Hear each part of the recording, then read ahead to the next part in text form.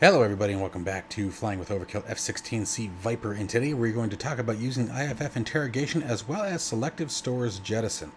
Allow you to jettison your tanks and munitions if necessary. Alright, so they're both pretty short and sweet, and then after this we'll start getting into the dogfight modes, the helmet mounted display, and blowing stuff up. Okay?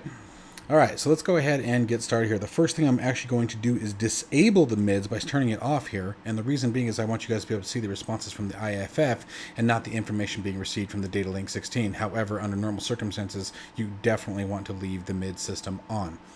Okay, and then what we're going to do is we're going to go to list, and you can see right here we have interrogation. So we're going to press R for recall. Or recall for R, however you want to do it. And the only thing I really want you guys to pay attention to, because most of this stuff is not currently functional, so I'm not going to dive into it, as it's just information that you guys don't really need at the moment to be functional in DCS World. So you have scan up at the top, scan interrogation, and then if we dobber right, you can see LOL, which is line of sight. Now the difference is the scan volume will interrogate a locked target or immediate area around the radar cursor, okay? And then line of sight interrogates all contacts in the radar scan volume, okay? So let's go ahead and set scan. And then what we're going to do is come down to our radar scope. And by the way, to turn it on, you need to make sure that this is part of the startup procedure, but you need to make sure this master rotary is set to norm. And then anything else on here you don't ever mess with. All of these manual functions, by the way, guys, for both the IFF, the radios, and everything around, is only used, or are only used, I should say, in the event that the UFC and ICP are unavailable. Okay? So let's go ahead and come down to our radar. And the camera's going to be a bit goofy off and on. Sort of fighting with something, so bear with me, guys, if it happens. Alright, let's go ahead and scan outward. Now what I'm going to do is I'm going to put my cursor over the general area here of these contacts, and I'm going to press TMS left. Now it's a short press, and you can see scan appears down here in the bottom.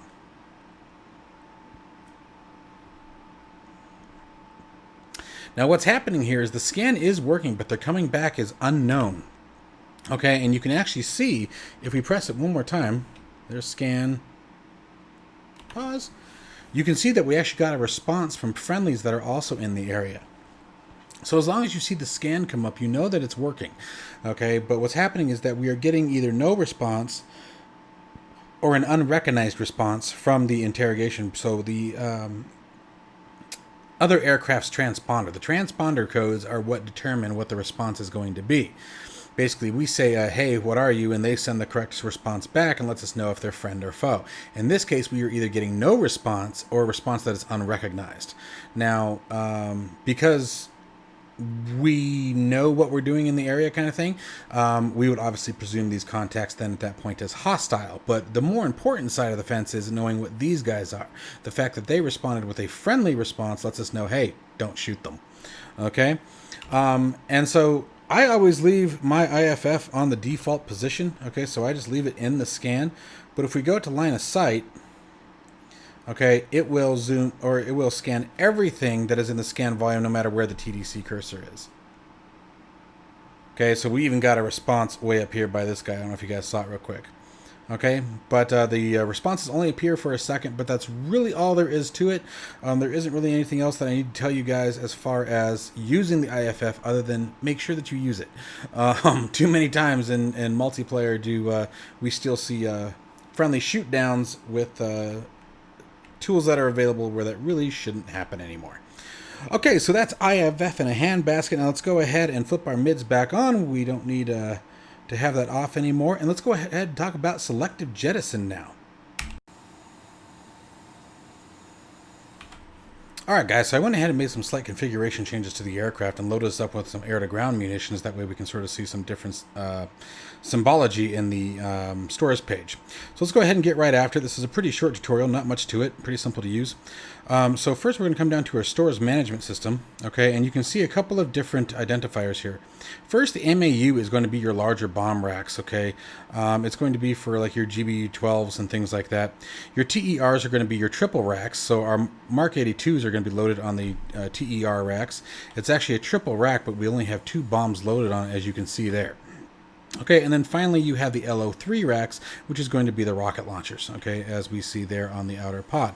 And then you have your MRLs, which is the missile rail launchers. As you can see, we have an AIM-9 and an AIM-120 on the wingtips. Okay, so that's what we're sort of seeing there. And then the stations move around in a clockwise format. So stations 1, 2, 3, 4, 5, 6, 7, 8, and 9, I believe. Yes, okay. And then first thing that I want to show you guys is, okay, so right now we're seeing everything, okay? And by the way, in order for any of this to work, master arm must be engaged. Okay, but so let's go ahead and take a look at, for example, if we want to just get rid of our air-to-ground weapons very quickly. Let's say we get into a hostile situation. We're on an air-to-ground mission. We get air-to-air fighters swarming us. We have to dump the air-to-ground munitions and engage in aerial combat. We can go into air-to-air mode real quick. Go to the System Jettison page, and now we can very quickly just highlight all of our air-to-ground munitions and press the weapons release. And we are free to navigate and rock and roll. Okay, now I'm going to go back one more time and show you guys what it looks like with the fuel bags on, and how to get rid of your tanks, and then we'll be done with this one for the day. Alright guys, so I went ahead and reconfigured the aircraft. We've got a couple of fuel tanks on board now.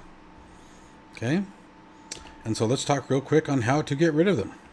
It's very simple. Again, we're just going to go to our SMS page. You can see there's a tank 370, tank 370. There's a 370-gallon fuel bags. Come to our System Jettisons page. Click, click. Master arm is set. Pickle release. Tanks away, and you're free to navigate. All right, guys. So that's the quick and easy for stores jettison management. It's not really a hard thing to do. I know it's something that comes up actually quite a bit still, even after all this time. Anyway, there you go. So we have the IFF interrogation and selective stores jettison complete. After this, we'll start getting into the fun stuff. All right, guys, I'll see you soon. Bye-bye.